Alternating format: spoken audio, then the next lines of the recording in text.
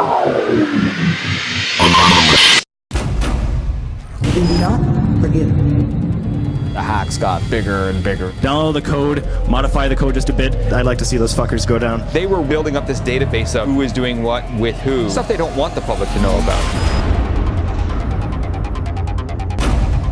Well, they've unchained. This is an alien form of government. Any information that challenges the official narrative can put them in prison. Oh, is Barrett getting fucking raided by the FBI? Holy shit!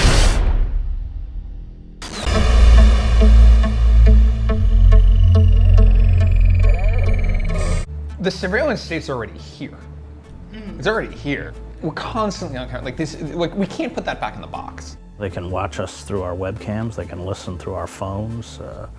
There's no privacy left, virtually. We are the most watched, surveilled, monitored, eavesdropped population in the history of the human race. If you have nothing to hide as justification for violating your rights, then you have nothing to worry about. You know where that phrase came from? Goebbels from the Nazi era. Nothing to hide? That means there is no privacy. If I know every single thing about you, about what you think, how you reason, what your fears are, what you're planning, what you're doing, and you know nothing about me because I'm shielding my behavior behind a wall of secrecy, I have incredible power over you. The power imbalance between us is immense because I can now manipulate you, I can threaten you, I can alter your behavior in all sorts of ways, I can anticipate your behavior, I can prevent you from doing things that you're planning, I can prepare in defense of what you're doing, I can always stay many steps ahead of you. This mentality, this pathological, you have to understand the mindset. You have to understand the psychology behind those who want to know everything. That means anything hidden, anything private, anything sovereign is a direct threat to the surveillance state.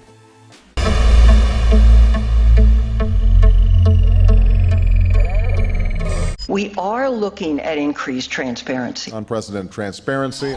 They want to avoid scrutiny. So our response, our best weapon is to bring scrutiny to them.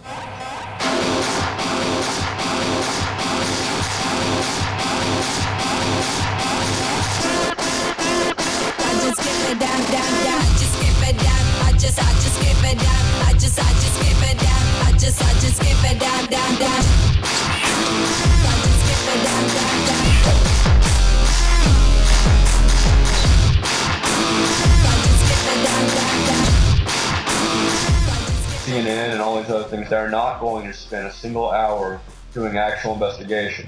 He called the former head of the NSA at home, like, on a weekly basis for a couple months trying to get him to talk to him. Barrett was speaking in that language of real adversarial journalism, that the purpose of journalism is not to please those in power, but to report the truth even when it makes those in power uncomfortable or reflects poorly on them.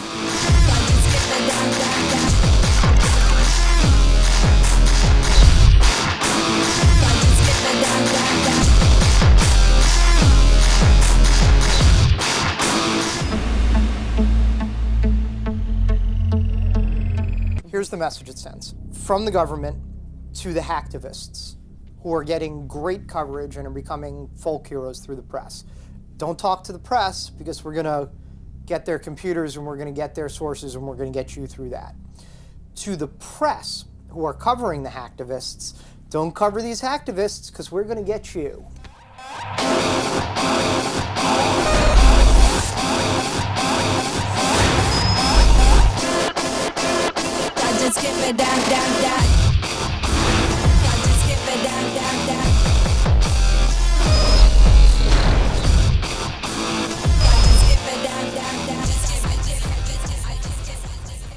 Here's what I want. 1,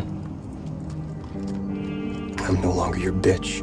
2, all of my charges are dropped. 3, all of Barrett Brown's charges are dropped. That's up to the U.S. Attorney. Figure it out.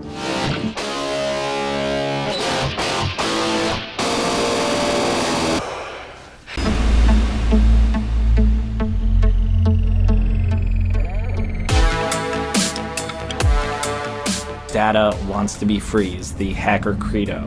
The real questions we need to be asking is, when this data is, shared with people, Who is it benefiting and who is it hurting? Jeremy's apartment, you know, is just books scattered about the floor, books on the shelves. What could be more dangerous than books? The internet. You know, which is really just one giant book about all of us being written in real time. Cyber thieves made off with the personal details of hundreds of thousands of subscribers. They woke up to find that they'd given an unexpected Christmas present of $50,000 between them to numerous high-profile charities. Here comes Santa, here comes Santa. Expect us. Here comes Santa Claus. Here comes Santa. Julian, will you dance with me? It's not about the money. We want the world to dance. We want the world to dance. So first, dance with me. Dance with me. These are our lessons. Don't sit around waiting for Santa Claus. Fuck some shit up.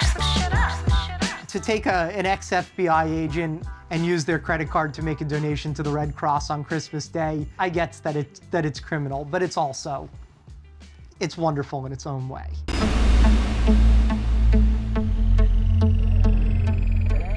Weave is expressing dissent using digital means, which has now become the most threatening. There's all those anonymous activists who did basic denial of service attacks on PayPal and Amazon in order to protest the cutoff of WikiLeaks' finances, who are being pursued as though they're global terrorists.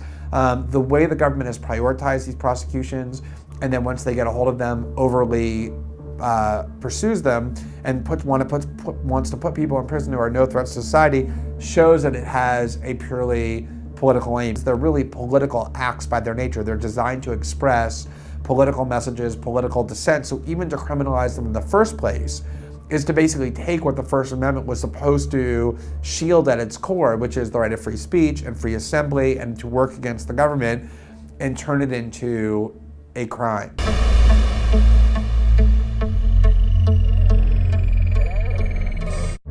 There's been an unfortunate deficit in what people have read and what people have written about an issue that is of extraordinary importance. Trapwire.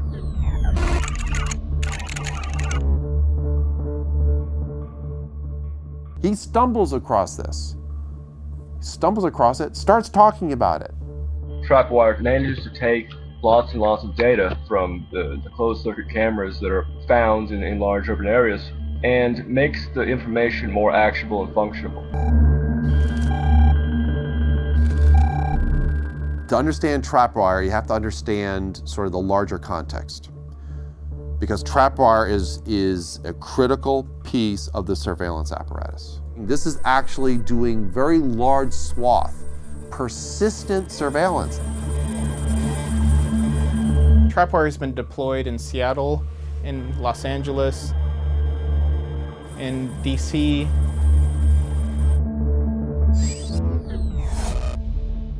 According to a Stratfor email, there's like 500 cameras in this New York City subway system equipped with trapwire. The New York Times said that trapwire was only used on 15 cameras in the entire country and that the DHS wrote it off as a failure. That's a complete lie.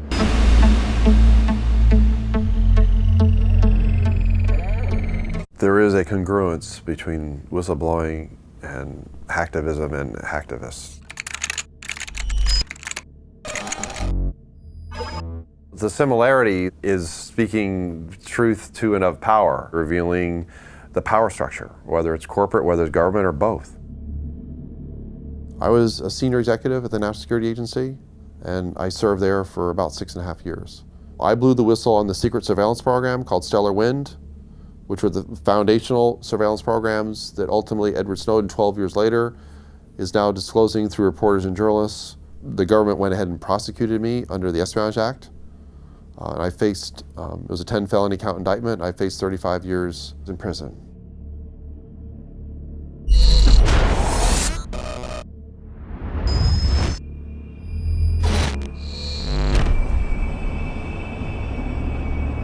Hackers are important in the sense that they have the capacity to expose the secret or the inner workings of the state, which is why they are terrified of hackers and they are going after them with phenomenal vengeance.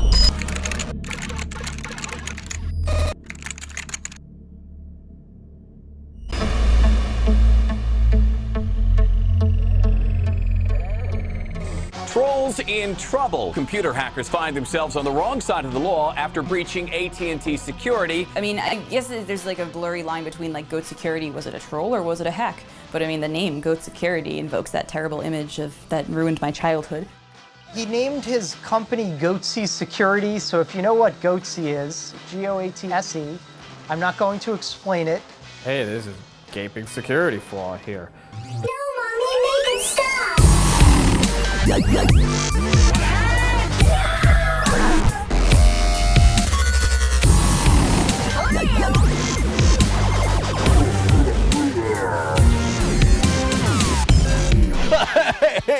Goatsy Security, who are these guys? And they're Googling Goatsy, and they're getting the Goatsy picture. They're called Goatsy Security. Is that my pronouncing that correctly? Yeah, that's right. We're analyzing coverage from Bloomberg, Goatsy, The Register, and Forbes.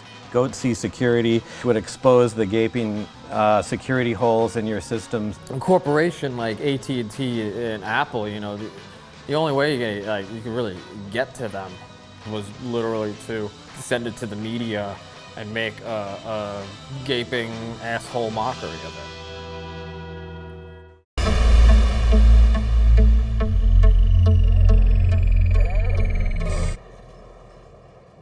It's not scary to be going to prison?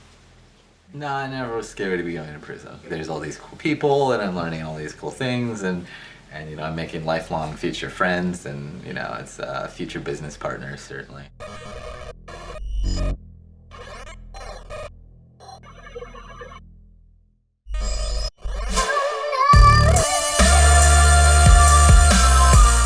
Embarrassing people. I enjoy it. It's viscerally fun. He's an instigator. The most lovable little pest on the internet. His ability to make other people so angry is the talent that he has. Almost 99% of the articles that come out for Weave, they all start with, he's a dick, he's an asshole.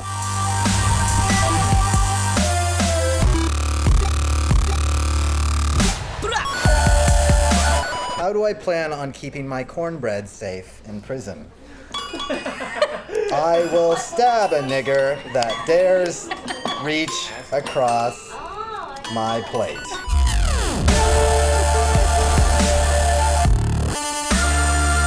I am the Bruce Lee of Reg XP. I didn't get caught. I put my name on what I did. I'm not here to play nice with AT&T. I'm here to comment and criticize. There was a URL on an AT&T web server with a number at the end. And if you had added one to this number, like you could have typed it in the iPad web browser over and over again, you would see the next iPad 3G user email address.